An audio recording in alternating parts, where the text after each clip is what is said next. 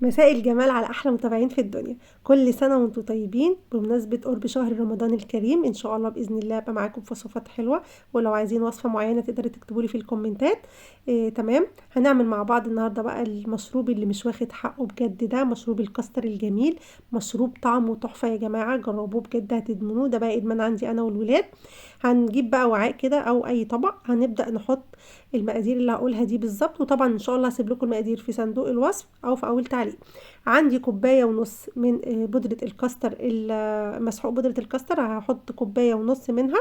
كمان هحط نص كوبايه من النشا، وهحتاج كمان نص كوبايه من الكريم شانتيه الخام، ونص كوبايه من اللبن البودر، وكمان نص كوبايه من السكر البودر، ونص كوبايه من جوز الهند، وعندي بقى نص كوبايه من الشوكولات المبشور.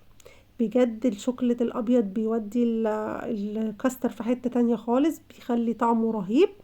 وكمان هحط معلقة من الاسانس بتاع بودرة جوز الهند اللي بنستخدمه في السحلب وفي البودرة بتاعة السوبيا بتاعة رمضان. كل سنة وانتم طيبين. ان شاء الله اعمل معاكم السوبيا باذن الله في فيديو قريب، عشان نستمتع باحلى طعم سوبيا في رمضان.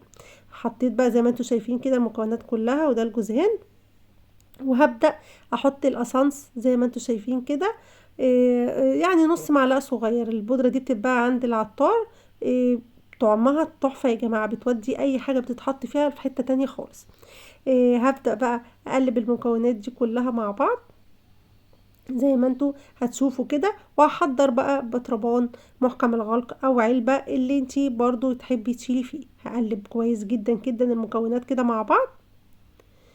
انا هنا زودت شوية شوكولات كمان علشان انا بحب الشوكولات الابيض قوي. هبدا اقلبهم بالشكل ده زي ما انتم شايفين كده، من فوق لتحت لحد لما تلاقي كل المكونات اختلطت مع بعضها. وهبدا اجيب علبه واحط الكلام ده فيها.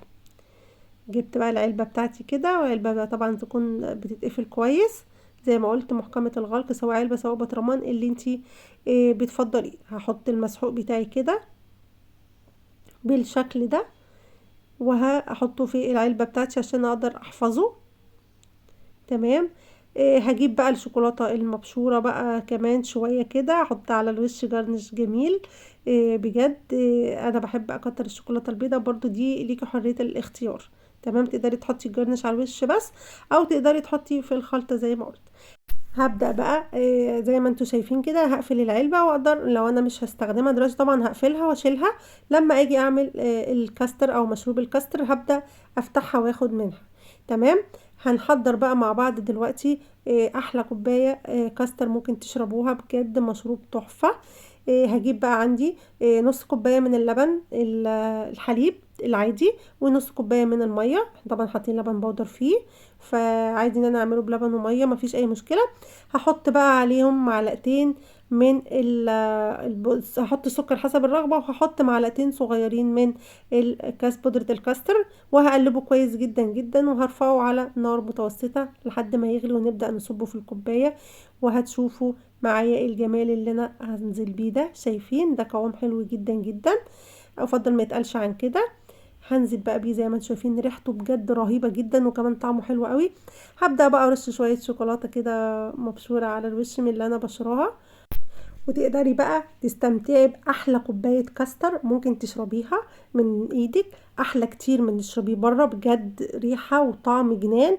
كترت بقى انا الشوكولاته زي ما انتم شايفين، ووصيت كده بالمج بتاع الكاستر. بس ودي كانت وصفتي ليكم النهارده.